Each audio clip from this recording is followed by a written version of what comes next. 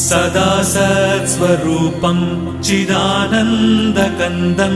जगत्सम्भवस्थानसंहारहेतुं स्वभक्तेच्छया मानुषं दर्शयन्तम् नमामीश्वरं सद्गुरुं साईनाथं नमामीश्वरं सद्गुरुं साईनाथम् भवद्ध्वान्तविध्वंसमार्ताण्डमीड्यं मनोवागतीतं